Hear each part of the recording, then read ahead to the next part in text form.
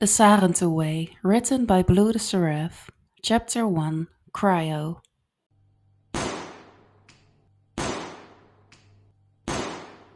Bang! I hear the sound first, before the sight of my sister, dead on the floor, burns in my mind.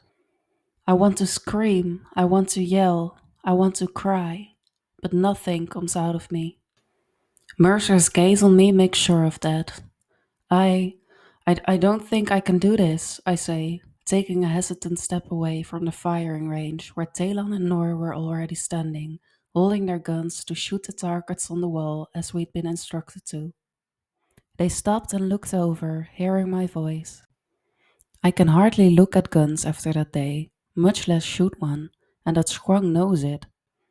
Ika'ri, he said in a sharp voice that suddenly made me feel small as a fern. I couldn't even correct him on my name. No one did now, not after what happened to Ahari. You have got to get over whatever funk you're in. You haven't shot in 2 weeks and you're behind in your training.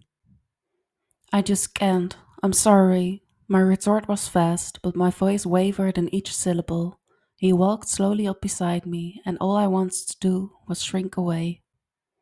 Be anywhere but here. I'd rather be dead. At least then I'd be with my sister. Mercer's graying hair was the first thing I saw before my yellow eyes slowly turned down to his face.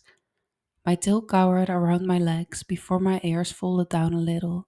He's angry from what I could see on his face. Can't or won't I carry? My blood chilled and I closed my eyes. That was a mistake. An image of a dead Ahari flashed behind my eyelids, and I opened them again with fresh tears threatening to make their appearance. Before I could reply, the door buzzed and a squad of soldiers walked in, dressed in camo like the kind on all our pens. Time's up, Vice President, Colonel Harding said, emerging from the back of our group. She was dressed in camo too. My squad needs the range, and your little monkeys need to go back to the classroom for their next lecture. John's face twisted into an annoyed scowl before he looked back at me.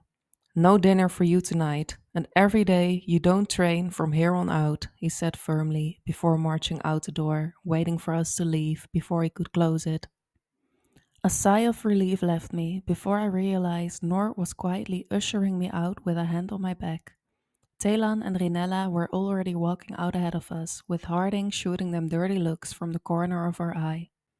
I followed quickly and instinctively moved next to ri'nela. In the last 8 years, she'd become my closest confidant. She looked down at me, as if sensing my presence behind her, and just smiled at me reassuringly. I felt a little flutter in my chest when she did. That'd been happening more often, but I was unsure why.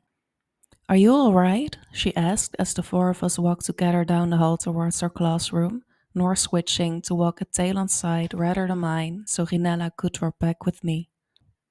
Something she gave him a small nod of thanks for, it seemed. You look pale. I hadn't registered the fact I was still shaking. It took me a second to process that before I blinked the tears from my eyes and shook my head a little, like I was trying to shake the sight of my sister's body from my mind. When that was done, I nodded. I began, hesitating for a second. Just fine. Guess I'm just having an off day, is all. Ri'nela pulled a face at that response, and I could tell it didn't satisfy her concern. Or rather, she knew I was lying through my teeth, but she didn't call me out on it. Instead, her reply came in the form of another question. Is it because her anniversary is coming up? There was that chill again. My breath hitched and the world seemed to slow around me. Swallowing the lump in my throat, I tried my hardest to keep it together. I couldn't break down there in the halls, not in front of ri'nela at least. She'd already consoled me enough nights when the memory came back and I ended up crying in her barracks. But the hitch in my chest seemed to give her all the response she needed, because she just nodded and slowly took my hand in hers in order to make an attempt at comforting me. To her credit, it worked a little. It's okay to miss her, she whispered while we slowed our steps and walked alongside one another, with Nor and Talon tracking ahead and chatting on their own. You know that, Ika'ri. Her words rang in my ears, and the thought of her, Ahari, flooded my mind again. Her lifeless body in my arms, the blood on my hand from her back, that unseeing look in her eyes. I shook my head a little again, puffed up my chest with a deep breath, and looked over at Ri'nela with a forced smile I hope didn't look as bad as it felt on my face. I'm okay, really, I said, sounding much surer than I was. Like I said, it's just an off day. Her hand slowly fell from mine, and I suddenly found myself missing its warmth for some reason. Okay, she replied as we entered the classroom, her letting me walk in first before following in behind me. Alma was already standing at the front of the room, quietly discussing with Tangma at her desk. I went to take my seat and gave her teacher a nod of greeting, which she returned with a warm smile. I wouldn't deny I'd really come to love Alma. She'd stuck up for me many times in the first months I was grieving Ahari against Mercer, who had been particularly annoyed with my bitching, I think he called it. I'd even go so far as to call her Sanuk, mother, but never to her face. I think it would go to her head. Alma rolled her eyes and gave an exasperated sigh. Nor, we've been over this, she said. That was true. Nor had asked that question a few times since we'd all begun gun training about 6 months ago. Even before that, he was put off by the idea. Pandora is a very dangerous place. Alma stood over the front of his desk, talking to him as though he was an infant in need of correcting. And maybe we did. What better did we know? But we've hardly ever seen Pandora, Nor replied with a little shrug. Except for in pictures. How do we know what we're protecting ourselves against? He laughed a little as his tail swished before he looked over at me. I smiled at him and just shook my head. Nor and Taelan were like brothers. Taelan a younger brother and Nor an older.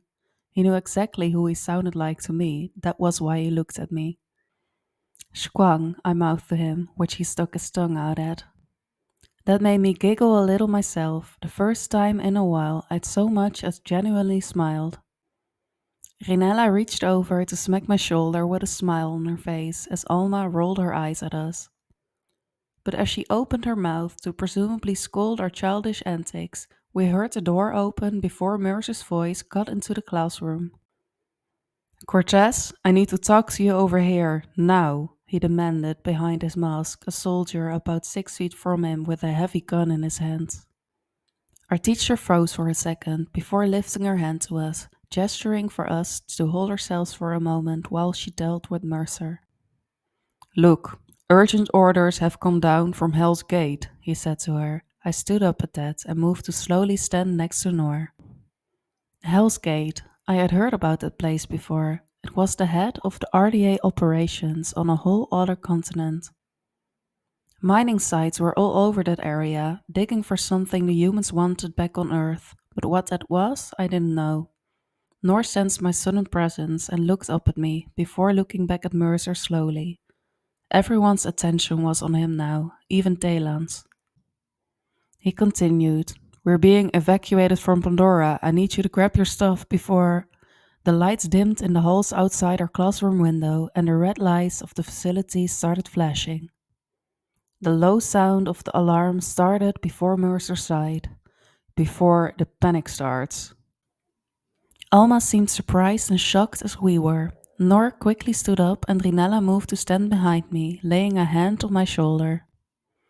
What? Our teacher exclaimed, flabbergasted by the suddenness of his news and the alarm. Mercer gritted his teeth. Look, we have lost Pandora, alright, it's over, we're done. Some avatar driver named Jake Sully went full on native, turned the Navi clans to the east against us, and now the RDA is retreating.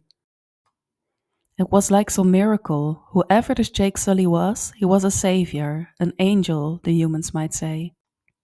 The RDA leaving, Nor mouthed to me, looking almost as excited as I was feeling, but I could tell he was trying his best not to let it show. It sounds like it, I hushedly whispered. Was this it? Was this our chance to leave and take back our freedom like Ahari had wanted for us? I could hardly stand the thought. I was already getting a little dizzy. Mercer looked at us for a second. If he heard of our excitement over the RDA's forced retreat, he certainly didn't show it. but his glance alone was enough for all of us to recoil a little. That's why you can't trust any of them. Alma turned to look at us as the sirens blared through the facility. I need you to get your stuff together and get back in your own damn body now, Cortez. This little puppet show is done, hear me? Our teacher quickly extended her hands out and took a few steps toward us. Okay, everyone, collect your things, hurry up now, she began before Mercer cut her off. Cortez, we'll handle them. You need to get going, move. Those words alone sent a chill up my spine and my tail raised up, swishing back and forth. I didn't like the sound of that, not at all. Tangma was suddenly up on her feet and walked back from her seat before her rear hit the desk behind her, where ri'nela had been sitting in Ahari's old seat. Alma turned to us, casting one last gaze at all of us before quickly walking out of the door. When it opened, another masked soldier walked in with a gun similar to the first soldier's, who was standing near the lifted platform at the front of the room. When the door shut, Mercer turned to both of them and uttered, clear as day, "You know what to do." My blood ran cold, and I couldn't stop myself from instinctively hissing a little and backing up, nor put his arm in front of my chest as I felt Taelan quickly move behind me. Ri'nela bared her teeth before moving to step up to my side, grabbing Tangma to pull her aside as well. We knew this was bad, really bad. Mercer didn't even give us a cursory glance before marching out of the classroom with both soldiers walking up the stairs to the raised platform. Time slowed on each step they took. One step. The shot fired in Ahari's back. 2 steps. The echoing scream of her name on my lips as I ran to her body. 3 steps. The feeling of the warm blood pooling from her back on my hand to drip onto the floor. 4 steps. My tears falling on her cheeks. 5 steps. Nor's scream to Mercer. 6 steps. My entire world shattering as Mercer took the last piece of my mother from me, the song cord. Nor's hiss rung in my ears beside me as he watched the soldiers point their rifles at us, poised to shoot us one by one. Like bugs to be picked off. If this was how I died, by the same sky people metal that killed my sister, then so be it. At least there was the hope I'd see her again, wherever she was. But just as we were about to be shot, like lambs to be slaughtered, the doors opened and Alma ran in with the same assault rifle I'd refused to use at the range. She was panting like she'd been running and fired off 4 shots, 2 in each of the soldiers' chests, effectively putting them down for the count. They were gone, dead. We hardly had time to process before Alma waved us all towards the door. "Quickly, children, follow me!" she exclaimed with urgency in her voice over the blaring sirens. "We have this one chance. Come on, let's go now!" Without thinking, Nor and Taelan bolted out the door with Tangma, before I followed after with ri'nela, Yatu and the others running behind me. Alma made sure everyone had left the classroom before guiding us all running down the halls of the facility to a place we hadn't been before. My heart was thumping so loud I could hear it in my ears. My lungs were burning and my body was on high alert, but I continued to run. She ushered us all into a room, where ri'nela quickly ran over to grab my shoulders, giving me a once-over. "Are you alright? You're not hurt anywhere, are you?" she asked quickly. There was that little flutter again, but gently I put my hands on hers. "I'm okay," I assured her, the calmness in my voice a stark contrast to my adrenaline-filled body that was shaking with fear. "I'm okay, ri'nela." Her eyes found mine and the flutter increased. What was wrong with me, and what is that stupid fuzziness I felt with her being so close? "Good," she breathed, sounding relieved before Alma shut and locked the door with a keypad. "Okay, everyone," she said. "Get in these pods, quickly. You'll all be safe here." Taelan, sounding like he was catching his breath, spoke up first. "Is Mercer leaving us?" he asked, sounding genuinely upset. Nor hissed and shot him a look. "We are no longer of use to him," he shot. "He tried to have us killed, Taelan." Ri'nela let me go to get between them. Enough, she hissed to Noor before Talan cut her off, directing his words to Noor. No, I won't believe it. Open your eyes, Talan, Noor shot back with a growl in his throat, his ears pinned and his tail raised and lashing. Before he could say more, Alma interjected. Hurry, all of you, you need to hide, she urged. Tangma was on the verge of tears by this point, with Yatu holding her in an embrace. What is happening? He implored. Our teacher just shook her head. If you do not hide now, you all will die and I won't be able to protect you, she said, with sadness in her voice amidst her urgentness. Let us go, Noor interjected. We can take them, Alma. We can escape to Pandora, where we should have been all along. There are soldiers everywhere, Alma said, holding her arms out to block Noor from taking another step towards the door, Ri'nela beside him. You'd hardly make a single step out before being shot point blank. But he kept pushing. This is our chance to be free, Alma, he emphasized, creasing his brow as his voice cracked a little. We deserve to go home. I found my voice then, and everything just exploded for me before I could even think. And what, Noor? What happens if we make it past the soldiers? We fend for ourselves in the wild? Get eaten by thanators or viper wolves? I shot, startling everyone in the room. I could feel the tears rolling down my face before I could stop them from coming. It's because we wanted to escape that Ahari was killed. For once, can we just stay put and do as Alma says? Ri'nela cautiously stepped over to me to rest a hand on my shoulder. I hiccuped out a sob. My sister is dead. My sister is dead because of them, because we tried to escape. By this point, Pandora is no more than a hopeless fantasy. Please, listen to her. I can't lose anyone else, Noor. My teary pleas in her mother tongue seemed to reach him, his face softening and his tail lowering. He came over to cautiously wrap me in his arms, pulling me into his chest to let me cry into his shirt. Ri'nela's hand stroked my back before Alma spoke again. I promise you, this is your best chance to survive, she urged again, making me lift my teary face. Noor, though he didn't look very pleased, bit his tongue and nodded, walking off with Talan to settle himself into one of the open bed-like pots sticking out of the wall. Ri'nela touched her forehead gently to mine, wiped my cheek with her thumb, then left to help Yatu into his pot at the far end of the room. What about you? I asked Alma as she guided me to a pot and helped me in. She stroked my hair reassuringly, as Ahari or my own mother would have done. You're just going to go to sleep, Ika'ri, she assured softly, though I could sense the panic still in her voice. For a little while, and when you wake up, it will all be over, I promise. I took a shaky deep breath as I laid flat on my back. It won't be long, okay? She said as the glass cover automatically slid to close the pot. She leaned over the cover, placing her hand on the glass and smiling best as she could at me. I reached to touch her hand, but the barrier stopped it.